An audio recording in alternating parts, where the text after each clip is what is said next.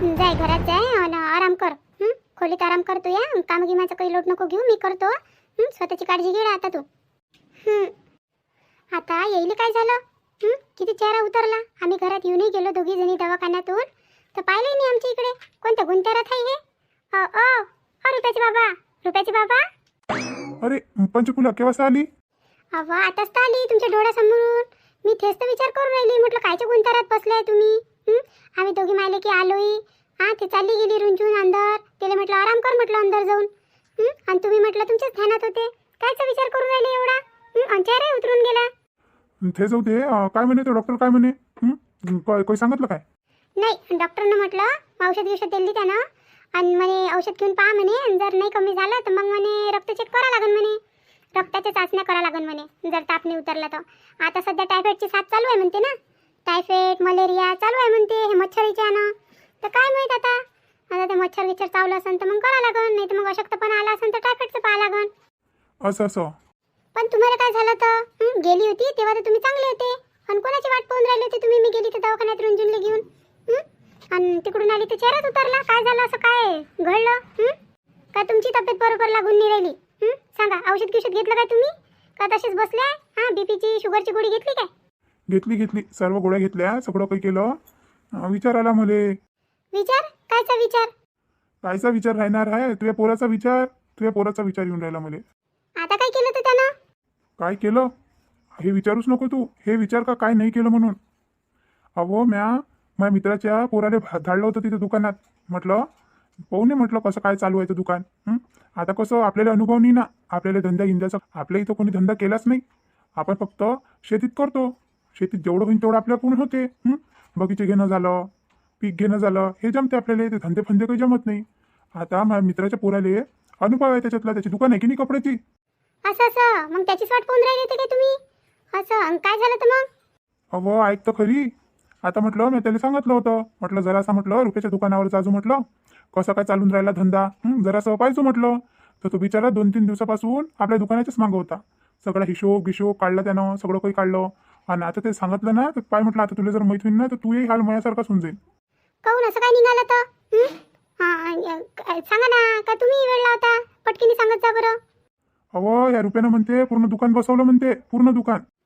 काय बोलून राहिले तुम्ही? अरे काय बोलून राहिलो मी? खरंच बोलून राहिलो. त्या पोरानं सारा हिशोब दिला. ह्या निळ्या डायरीत आहे म्हटलं पूर्णाचा पूर्ण हिशोब. पूर्ण दुकान म्हणे घाट्यात चालून राहिली म्हणे. आणि जेवढा नफा येऊन राहिला त्या दुकानाचा, जेवढा नफा येऊन राहिला ना, तेवढं म्हटलं नफा तुझ्या पोरगं पूर्ण उधळून राहिलं. अर्ध बायकोच्या मागं, अर्ध दोस्ताईच्या मागं. ते दोस्ताने वाले तर असे आहे का जिकडे पैसा भेटला तिकडे येते. ते दोस्ताने आले का पुरत असते काय? पुरत नाही. ते पूर्ण खाल्ल्याशिवाय सोडत थोडी ना. आणि बायकोच्या मागंही खूप उधळले पैसे. ऑनलाईन बोलवण्यात, सामान मागवण्यात, जेवणाचं हॉटेलाची बिलं सगळं दाखवलं त्यानं मला. सगळंच काही दाखवलं. आता मला तर विचार पडला, या पोराचं करावं तरी कसं. याले वावरातलं येत नाही, याले धंदा लावून दिला तो जमत नाही. बायको पाहिली अशी, बायकोली काही साईसूद नाही कोणत्या गोष्टीची. काय करावं तो. पण आता लय झालं. आता डोक्याच्या वर तर पाणी झालं आता मया. अहो तुम्ही काही एवढं टेन्शन नका घेऊ. टेन्शन घेऊन घेता काय तर तुम्ही? जाऊ द्या, पैसा गेला तर गेला. काय बोलतो पंचकुला तू? पैसा गेला तर गेला? अरे ह्या पैशासाठी मी दिवस रात्र योग केला ना. योग केला तेव्हा कुठे हे वैभव दिसून राहिलं? तू स्वतः होती ना साक्षी माझ्यासोबत. मै हाल झाले तर तूही झाले ना, तेव्हा कुठं दिसून राहिलं हे? पण आपल्या पोराला त्याची जाण नाही आहे ना. तू म्हणतो पैसा गेला तर जाऊ द्या. एवढेच कमवायला किती नेट लागते? 10-12 लाख रुपये काय थोडे कमी होते काय? नुसतं त्या बायकोच्या मागं उधळून राहिला, त्या पोट्टेच्या नादी लागून राहिला. पोट्टे काय खापुरते राहीन सोबत. ज्या दिवशी याच्या जवळचे पैसे संपले ना, त्या दिवशी म्हटलं काही फरकटणार नाही का, बोलवाले नाही येणार का कुठे गेला रुपेश, कुठे गेला आणि कुठं नाही. तो पण या पोट्ट्याला दिमाग नाही येऊन राहिलं. पण आता मी निर्णय घेतला म्हटलं. निर्णय? कोणता निर्णय? हे पाय पंचकुला, आता म्हटलं लय झालं. आता मनावर गोटा ठेवून आपल्या रुपयाला जागेवर आणायचं आहे. त्याच्यासाठी तिच्याजवळून पूर्ण दुकान हिसकून घ्यायला लागते. अहो तर दुकान घेऊन घेतली तर काय करण मग तो?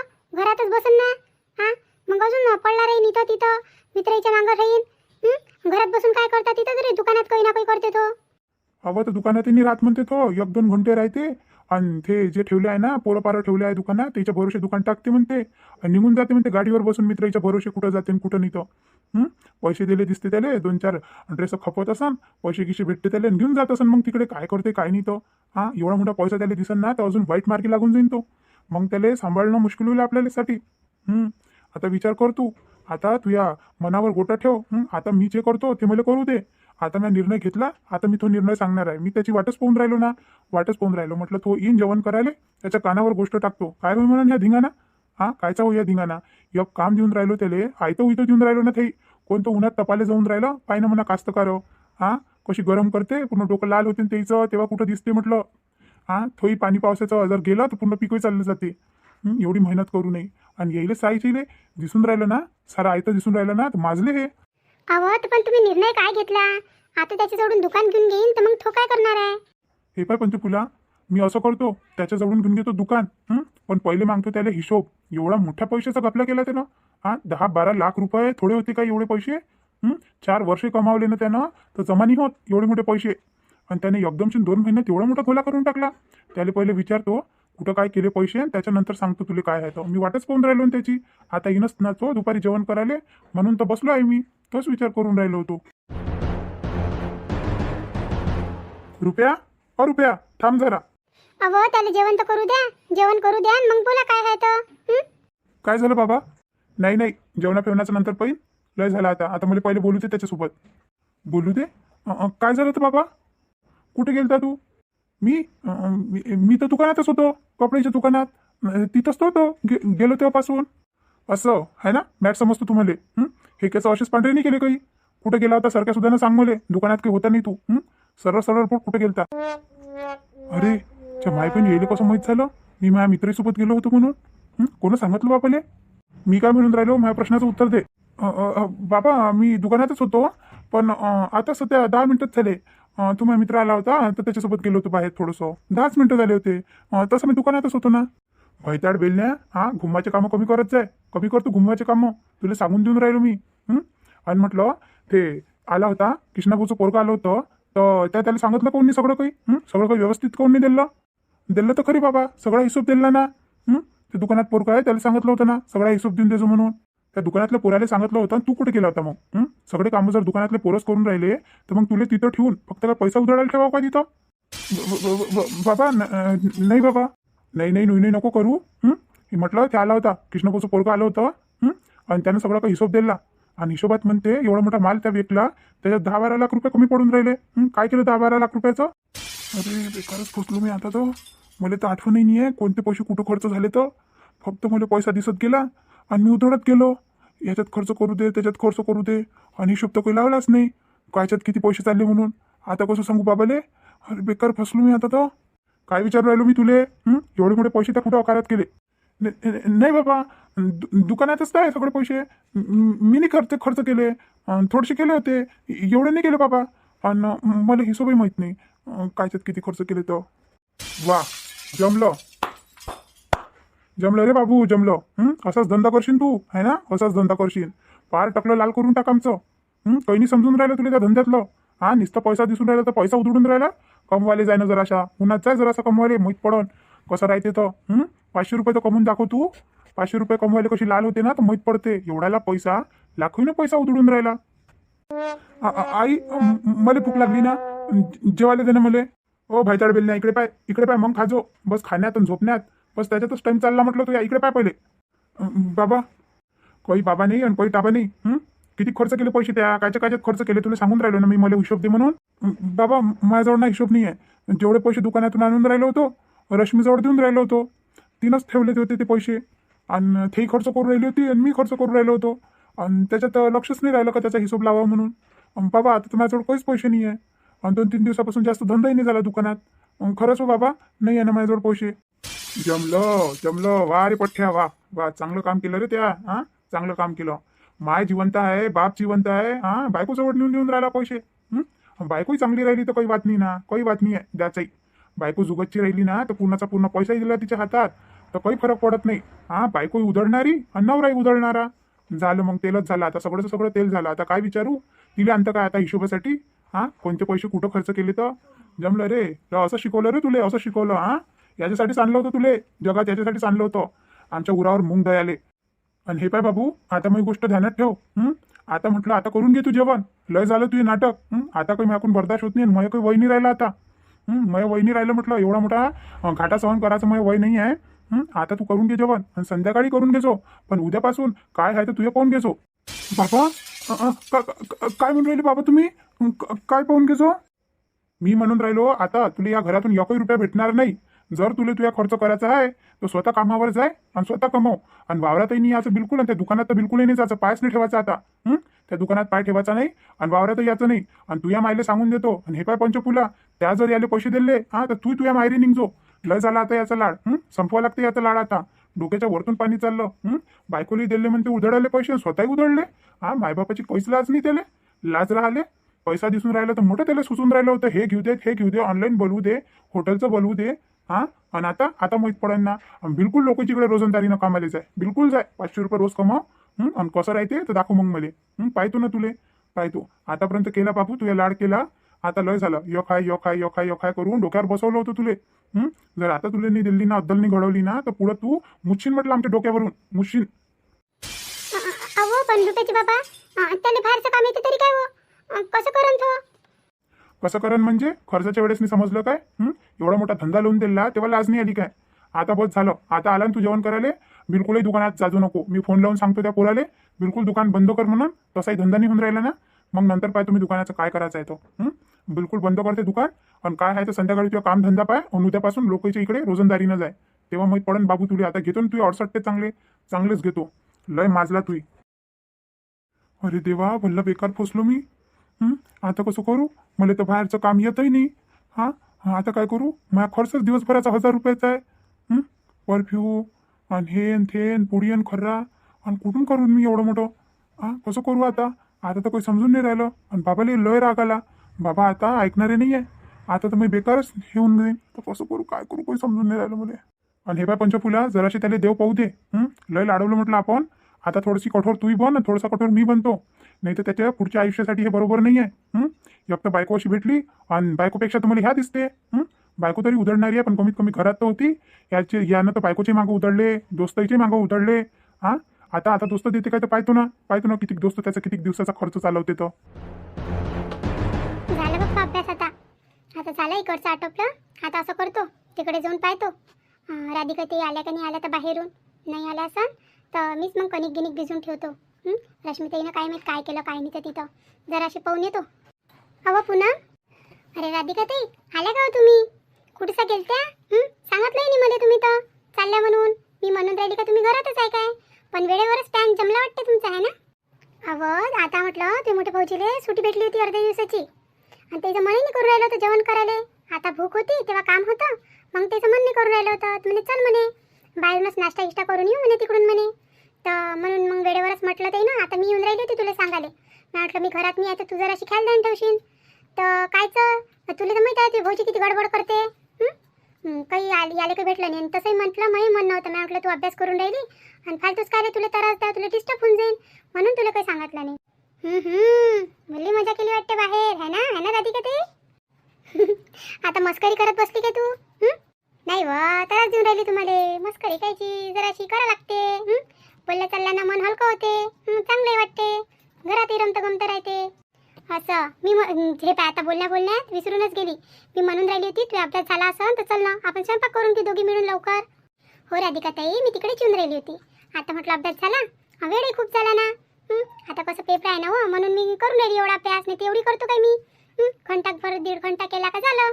पण आता पेपर आहे ना म्हणून वेळ लागला मला.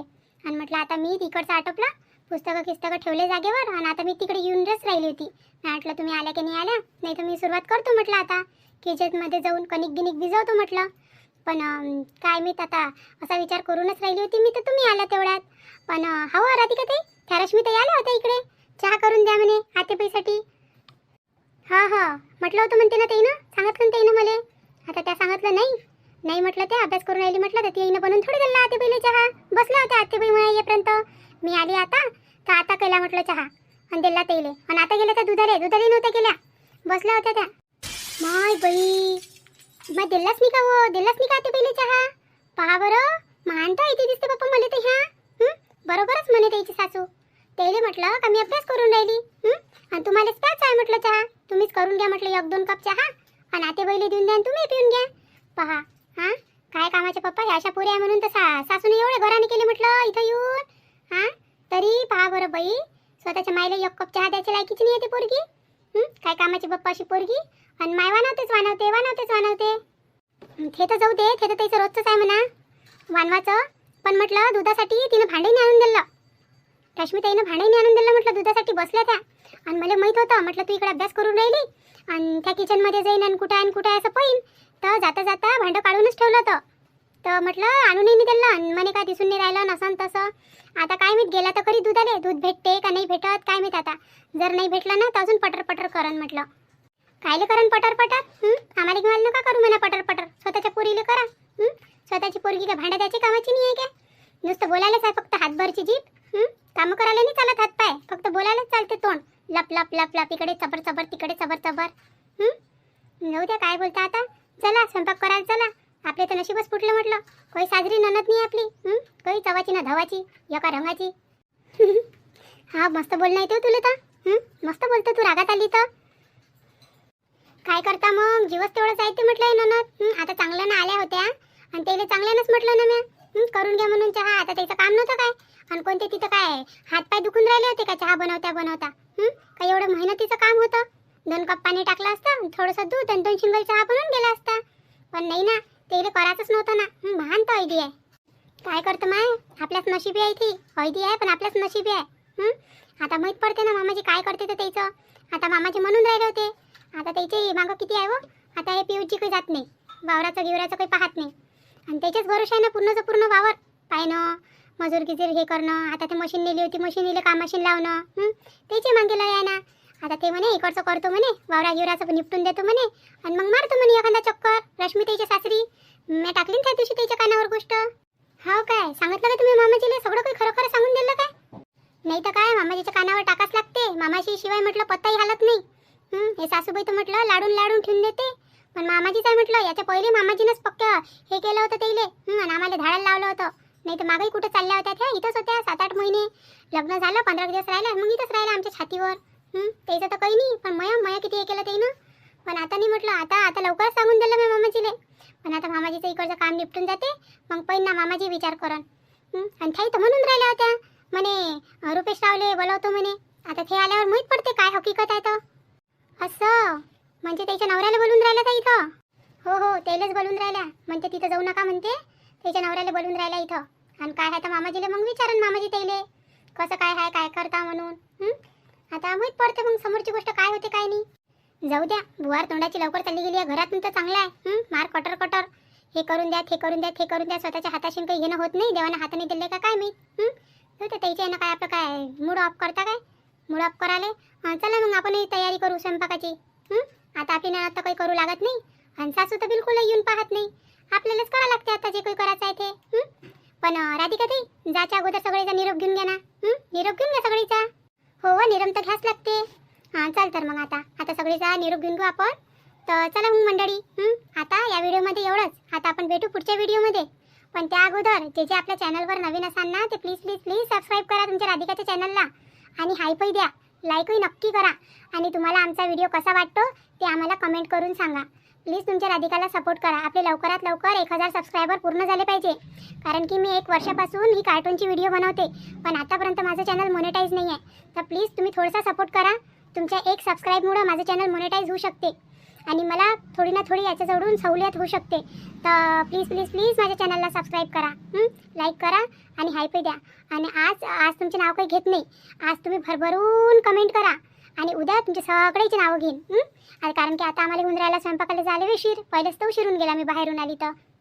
तर आता आपण उद्या सगळेचे नावं घेऊ. म्हणून आज तुम्ही सगळेजण मन भरून कमेंट करा. प्लीज तुमचे नावं खाली टाका, मराठीत टाका, इंग्लिशमध्ये टाका आणि मी तुमचे सगळेचे नावं घेईन. तर आता आपण भेटू पुढच्या व्हिडिओमध्ये. तेव्हापर्यंत तुमच्या राधिकाला रजा द्या.